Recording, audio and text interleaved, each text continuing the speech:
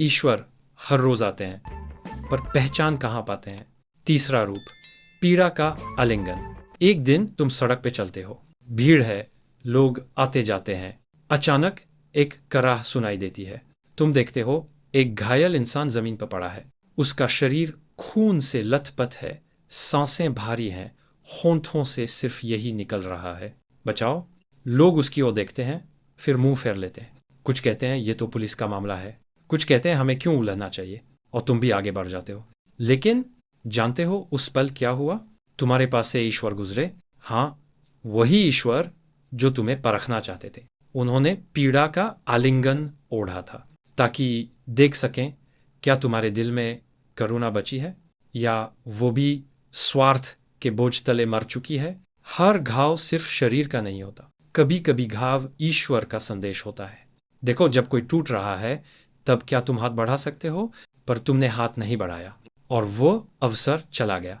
अध्याय 4, चौथा रूप, पसीने में छिपी तपस्या। एक और दृश्य देखो।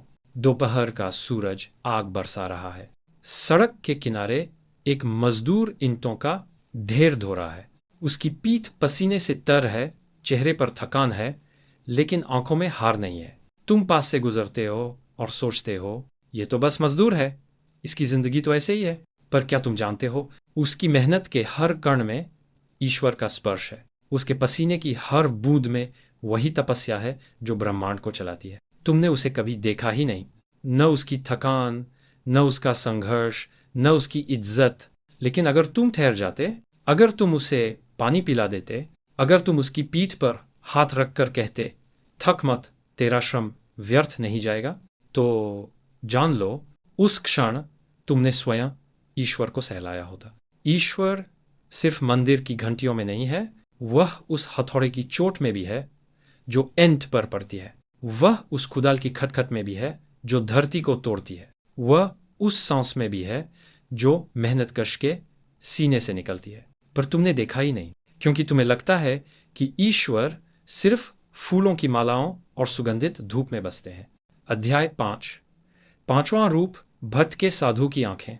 कभी कभी राह में एक अजनबी साधु मिलता है। उसके कपड़े मैले होते हैं, बाल बिखरे, आंखें अनजानी सी।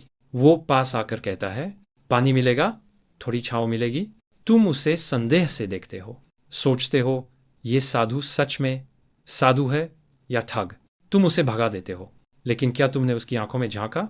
वहां एक गहराई थी, एक ऐसा समुद्र जिसमें सत्य की लहरें उठ रही थी। हाँ, वही साधु भी ईश्वर का ही रूप था। वह तुम्हें परखने आया था कि क्या तुम शक से ऊपर उठकर विश्वास कर सकते हो? क्या तुम चेहरे के पीछे आत्मा देख सकते हो? अधिकतर लोग असफल हो जाते हैं क्योंकि उन्हें सिर्फ बाहरी वस्त्र दिखते हैं, पर जो दिल से देखते हैं वे जानते हैं कि कभी कभी ईश्वर साधु का भेष धरकर भी हमें जांचते हैं।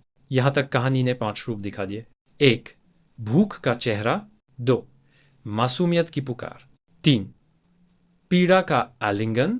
4, पसीने में तपस्या। 5, साधु की आंखें। हर बार ईश्वर हमारे पास से गुजरे और हर बार हमने पहचानने का अवसर खो दिया।